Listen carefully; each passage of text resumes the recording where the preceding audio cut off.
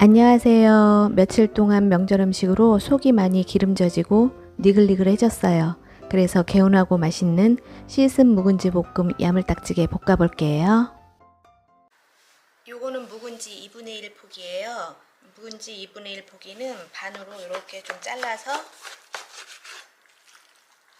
머리 똑 잘라주고, 이번 묵은지 볶음은 양념이 덕지덕지 붙은 빨간 볶음보다는 이걸 물에 깨끗이 닦아서 볶아주면 담백하고 훨씬 깔끔하거든요. 닦아줄게요.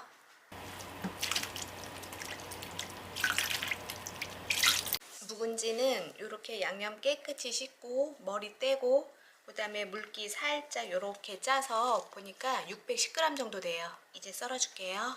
묵은지는 이렇게 길다랗게 쫙쫙 이렇게 찢어서 길게 드시는 분들도 계시고요. 만약에 이게 싫으면은 그냥 깔끔하게 우리 김치 보통 썰듯이 이렇게 내 취향에 맞게 크기는 조절해서 이렇게 썰어 주시면 되세요. 대파는 한 뼘 정도, 요 정도로. 묵은지 볶음은 얼룩덜룩하면 별로거든요. 그러니까 이렇게 흰 부분으로 해서 잘게 쫑쫑 썰어 주세요. 이렇게 썰어준 김치는 그냥 막 볶는 것보다는 밑간을 해서 볶아주는 게 더 맛있거든요. 밑간 할게요. 볼에 썰어준 김치 담아주세요. 묵은지가 좀 부드러워지라고 식용유를 먼저 2큰술 둘러줄게요. 양념을 다 씻어냈기 때문에 마늘 넣어주시고요.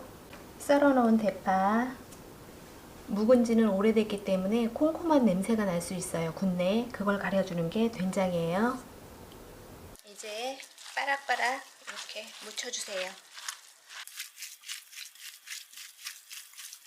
이제 간단하게 이렇게 밑간까지 끝났어요. 이제 요거 볶아줄게요. 우리가 김치볶음에 멸치를 넣고 물을 넣고 이렇게 졸이는 방법도 있는데, 저는 그거보다는 더 깔끔하게 먹기 위해서는 멸치 다시마 육수를 사용하거든요. 멸치 다시마 육수에 찹쌀가루 2분의 1 큰술 아주 조금만 넣으셔야 돼요. 많이 넣으면 떡돼요. 요만큼만 넣어서 이렇게 풀어서 김치볶음을 하면은 아주 부드러워지거든요.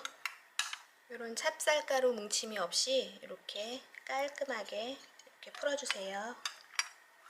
이제 재료 준비 다 됐으니까 이제 볶아줄게요. 팬에 들기름 1큰술, 2큰술 둘러주시고요.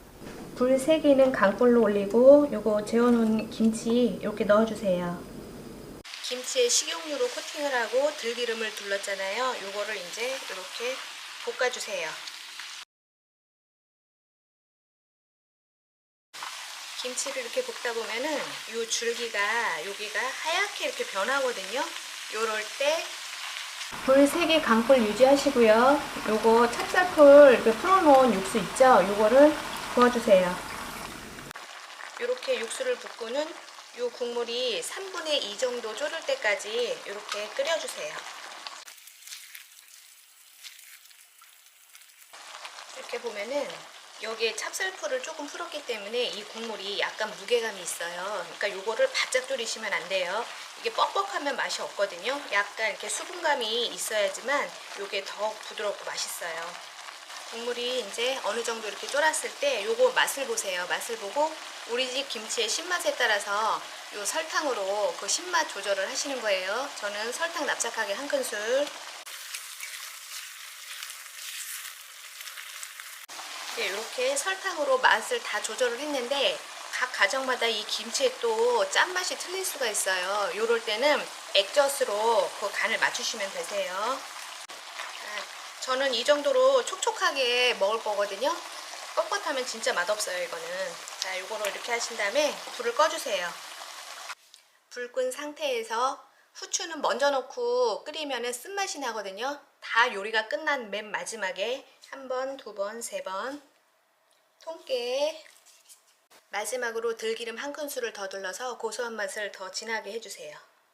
이렇게 살짝만 섞어주시고, 요거는 차갑게 식혀서 먹으면 더 맛있는 거 아시죠? 이렇게 해서 밑반찬으로 맛있게 드시면 되세요. 오늘 묵은지 볶음은 이 방법이 제일 맛있고 간단한 것 같아요. 여러분들도 꼭 만들어 보세요. 안녕.